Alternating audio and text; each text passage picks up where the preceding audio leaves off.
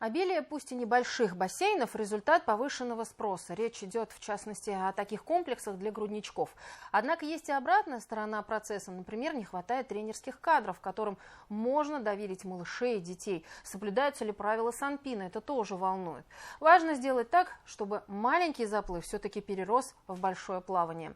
Давайте об этом поговорим сегодня в программе «Интервью». Здравствуйте, я представляю гостя в студии. Наталья Токарева, инструктор-методист по плаванию Центра спортивной подготовки имени Риммы Баталовой. Наталья Валентиновна, здравствуйте. Добрый день.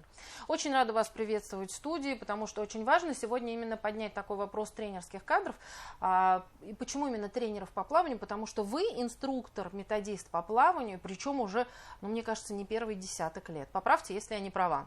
Да, вы правы, я в плавании уже 24 года. Бассейны открываются, и я сама один из людей, который интересуется этим, да, мониторю ситуацию. Но при этом не хватает тренерских кадров, как мне кажется. Как думаете? Я с вами соглашусь. Не хватает тренерских кадров именно по работе с детьми грудничкового и раннего возраста. Вернее, кадры есть, но профессионализма этим кадрам не хватает.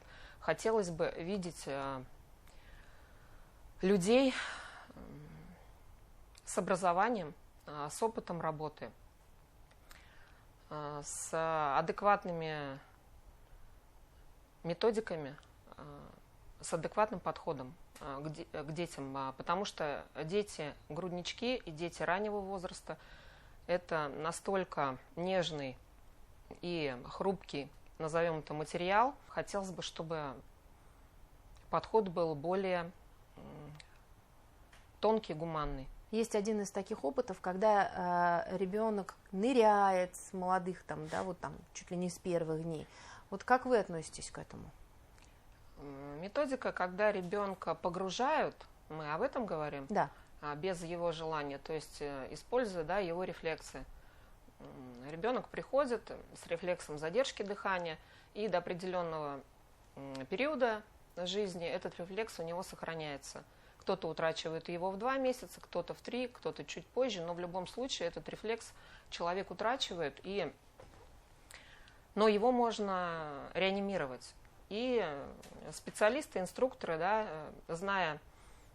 владея инструментом, зная механизм, как это все можно запустить, могут начать нырять ребенка любого возраста уже на первом занятии. Но никто не задумывается, что этот ребенок испытывает во время этого занятия. Отсюда, да, крики и плачи, слезы, отказ от занятий в бассейне, долгий сон после занятий у детей. А ведь все радуются, что долгий сон после занятий. На самом деле нет. На самом деле... Это знак для того, чтобы потревожиться? Да, это знак для того, чтобы задуматься, правильно ли эти занятия выстроены. То есть своего рода ребенок закрывается от того, что происходит вокруг. Когда-то была разработана, придумана для детей, которые развиваются с особенностями. Для детей нормотипичных я считаю, что нужен более гуманный подход. Хотя и с детьми, кто развивается не в норме, методика осознанного погружения прекрасно срабатывает, и можно заниматься по ней. А вот осознанное погружение для грудничков, как им объяснить? Вообще это не моя методика. Сейчас есть уже официально, да, человек, который является ее автором? Патентовал ее, да. Но я пришла к ней, опять же, интуитивно, потому что я не получала удовольствия. То есть сейчас я от занятия получаю удовольствие. Как я это делаю? На занятиях пользуюсь, да, но я называю это инструментом. Я показываю ребенку свои эмоции. То, что я делаю в воде, то, что я получаю от воды. Как круто, как классно, весело здесь можно провести время. И даже грудничок 3-месячный способен отзеркалить мое состояние и повторить то, что я делаю. Пусть это будет не на первом занятии. То есть это не секундный такой, да, результат. Это может затянуться. У каждого свой путь. Каждый к этому погружению идет свой отрезок времени. Но результат колоссальный, результат поражает. Я иногда приглашаю видеографов для того, чтобы заснять свои занятия не столько себе, сколько родителям, которые приходят ко мне на групповые занятия. Обожаю этот формат. Столько счастья и радости на детских лицах, но я не знаю, даже, наверное, на утреннике новогоднем нельзя увидеть, сколько мы видим там. С какого возраста лучше отдать ребенка в плавание? Ребенка нужно физически развивать как можно раньше. То есть у новорожденного ребенка, у ребенка раннего возраста очень много нейронов. Взрослого человека обделен таким количеством. Ну и, соответственно, нейронных связей. И физической нагрузкой, в том числе правильной двигательной нагрузкой, мы можем эти нейроны, выработку их, вернее, не нейронов, а связей, мы можем стимулировать и сохранить. В итоге мы получаем не только физическое развитие, но и психологическое, интеллектуальное. Ребенок мягко адаптируется в социуме и, как в итоге, получает хорошее качество жизни. Я правильно понимаю, что вы настаиваете на том, что не обязательно ребенка до 5 лет вводить в развивайки, еще что-то, вот в такие, вот сейчас же это очень модно, различные методики. Сначала лучше сделать упор именно на физическое развитие. Я считаю, что до 5 лет физическое развитие точно не должно оставаться на задних планах.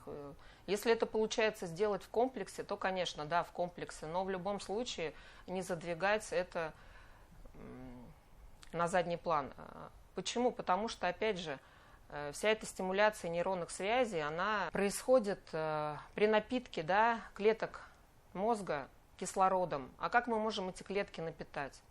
Мы можем напитать, дав аэробную нагрузку, ну, кардионагрузку. А что у нас кардионагрузка? Кардионагрузка – ходьба, бег, езда на велосипеде, плавание, танцы, гимнастика.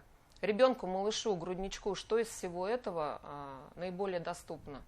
Но это очевидно, это занятие в бассейне. Поэтому в этот период возрастной плавание для меня на первом месте. К радости сейчас в Уфе открываются секции для детей. Секции по гимнастике, секции по хореографии, секции, что же мне на днях сказали? Я была удивлена. Фигурное катание с 3 лет теперь. То есть отодвинули, да, возрастной порог. Он был с 4, сейчас с 3. И это не прям про фигурное катание, да, это не про балет, это про общую физическую нагрузку, про правильно выстроенный ряд упражнений. Тот, который будет запускать работу мозга. За все время вашей работы встречались такие случаи, когда вот ребенок не подходит к воде, но вот нет его, никак не затащишь, а если затащишь, что это истерика, крик и так далее. Что делать в таких случаях, если были такие случаи? Да, были случаи. Таких случаев много. Здесь на самом деле самое главное диалог. То есть диалог, разговор, время и собственный пример. Либо собственный пример, либо пример сверстников. Иногда я говорю мамам, что не тянет, не получается, мне не верят. Давайте будем переводить занятия в формат сплит, давайте будем переводить в малую группу, чтобы ребенок видел, как это делает не взрослый человек, а как это делает сверстник. Как это делает сверстник и что он видит на лице этого сверстника. То есть опять же все через эмоции. То есть только они, ну, говорят, глаза зеркало души, да, тут на лице вообще можно много чего прочитать. Вот, я за это. Вы еще рассказывали про пример. Про мальчика? Да, про мальчика. Расскажите про него. Да, был интересный случай. Мальчик 7 лет. Я тогда была начинающим инструктором. Работала в нефтянике. Мне было 19 лет. Ко мне привели ребенка с категорическим отказом даже ноги в воду опускать. И мама не настаивала. То есть у меня амбиции, как так? Все у меня идут, а он не идет. Опыта общения с детьми нет практически. Психолог я совсем никакой. Есть слово «надо». Мама меня попросила, пожалуйста, пусть он просто сидит. Он уходил в дальний угол бассейна, садился на бортик, 45 минут смотрел. 2 раза в неделю. Это продолжалось на протяжении 2 месяцев. Мы с группой с нуля уже плыли кролем и на спине в координации. И он на одном занятии зашел в воду и откатал мне всю программу. Дети шли к этому результату 2 месяца. Он за одно занятие сделал то, что никто никогда не делал в моей работе больше. То есть случаи бывают всякие. Поэтому я говорю, все индивидуально, и нужно учитывать эту индивидуальность при работе хоть с детьми, хоть со взрослыми. Наталья Валентиновна, еще вот вопрос, наверное, больше лично к вам. Обычно, вот вы инструктор по плаванию, вы говорите, что уже вы 24 года в этом, и вы каждый раз находите какие-то новые горизонты, в том плане, что вы выстраиваете свою карьеру именно, мы привыкли, что всегда по вертикали все мечтают, а вы по горизонтали. Как вы сохраняете такой интерес? Вот как у вас сохраняется интерес именно к работе, почему вы ее ни на что, ну вот пока не меняете? Нет, на самом деле у меня было такое, что я уходила из плавания и думала, что не вернусь никогда, но так случилось, что вернулась и глубже стала изучать тему именно плавания раннего. Наверное, у нас эта ниша в городе не очень занята, и очень большой спрос именно на эти занятия. Ну а потом, с каждым годом, к сожалению, появляется все больше и больше детей, развитие которых отличается от нормы.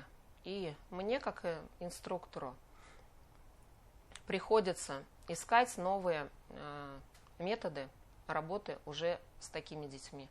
Поэтому пока я в этой среде, как будет дальше, жизнь покажет. Наталья Валентиновна, спасибо огромное, что пришли сегодня к нам в студию, рассказали о таких вот, казалось бы, простых вещах, но именно которые, наверное, нужно услышать нашим телезрителям, родителям, для того, чтобы понимать, по какому курсу плыть дальше, чтобы действительно вот это вот маленький заплыв стал большим заплывом. Спасибо огромное. Вам спасибо. Это была программа «Интервью». Спасибо, что были с нами.